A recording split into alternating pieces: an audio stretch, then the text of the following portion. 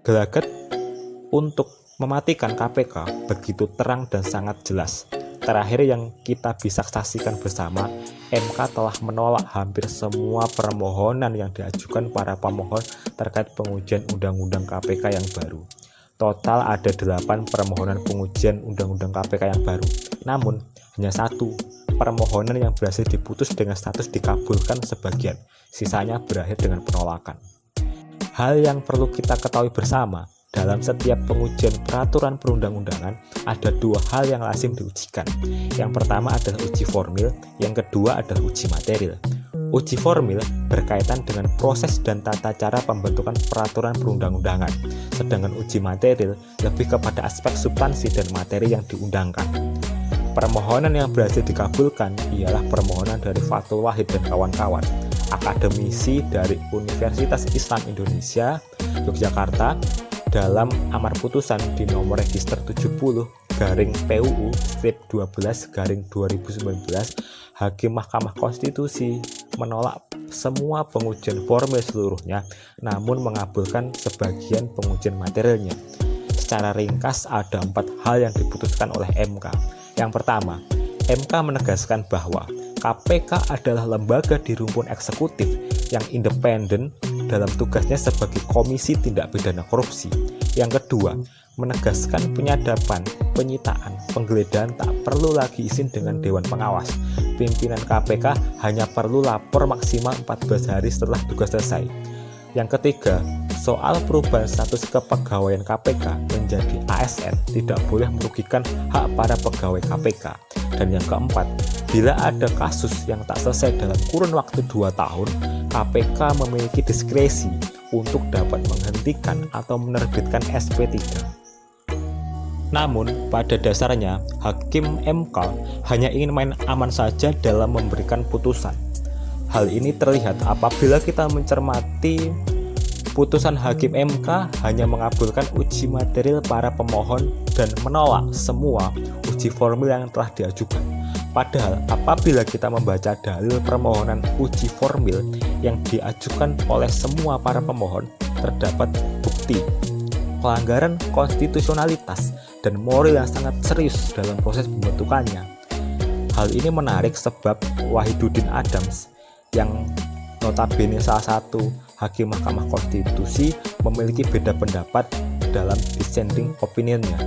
Ia berpendapat yang pertama bahwa analisa yang didasari dari pendapat keterangan ahli Bagirmanan menyatakan bahwa Undang-Undang Akuo sejatinya membentuk sebuah undang-undang baru tentang KPK, meskipun secara kasat mata terlihat sekedar melakukan perubahan Undang-Undang KPK. Yang kedua, perubahan Undang-Undang Akuo nyatanya juga telah mengubah postur, struktur, arsitektur, dan fungsi KPK secara fundamental. Perubahan justru dilakukan sengaja dalam jangka waktu yang sangat-sangat relatif singkat dan dalam momentum yang sangat spesifik pasca hasil Pilpres dan Pileg yang telah dilakukan. Yang ketiga, pembentukan Undang-Undang Akuo sangat minim dan serapan partisipasi masyarakat. Praktis, dari ke-8 permohonan pengujian formil ditolak sepenuhnya oleh Mahkamah Konstitusi. Lebih lanjut lagi, menurut Wahiduddin Adams, Undang-Undang Akuo memiliki persoalan konstitusionalitas dan moralitas yang sangat serius antara lain. Pertama, salah satu dokumen penting dalam proses pembuatan undang-undang, yakni Daftar Inventaris Masalah atau DIM, yang dibuat dalam kurun waktu kurang dari 24 jam. Hal ini diketahui sebab rapat kerja pertama dilaksanakan 12 September 2019 dan rapat panitia kerja atau panja pertama kali dilaksanakan pada 13 September 2019. Praktis, DIM yang disiapkan Presiden kurang dari 24 jam.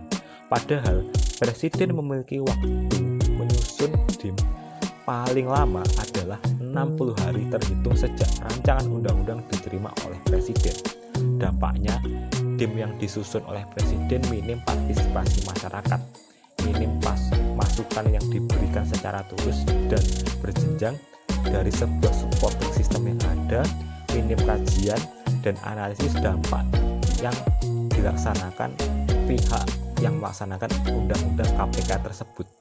Yang kedua adalah berdasarkan bentuk susunan format undang-undang Akuo, ditemukan salah satu fakta menarik, yakni tidak lazimnya letak narasi pengesahan pengundang-undangan, padahal secara prosedural jelas bahwa suatu undang-undang seharusnya disahkan terlebih dahulu baru kemudian diundangkan.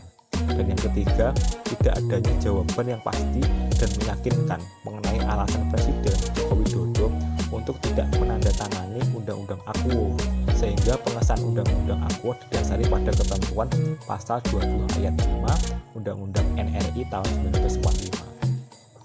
Pendapat Hakim Adam sayangnya mendapat apresiasi sebagai hakim sekaligus akademisi yang mendapatkan pendapat yang cukup masuk akal dan memiliki argumentasi yang ia tarik dan paparkan, sehingga memunculkan tanda tanya dan mengapa hanya Hakim Adam saja yang berani melontarkan ketidaksetujuan uji formil para pemohon.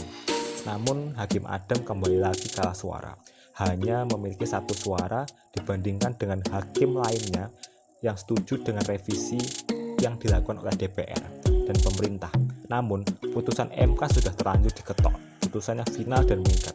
Kita hanya bisa menunggu kapan KPK benar-benar mati dan melihat para koruptor tumbuh subur.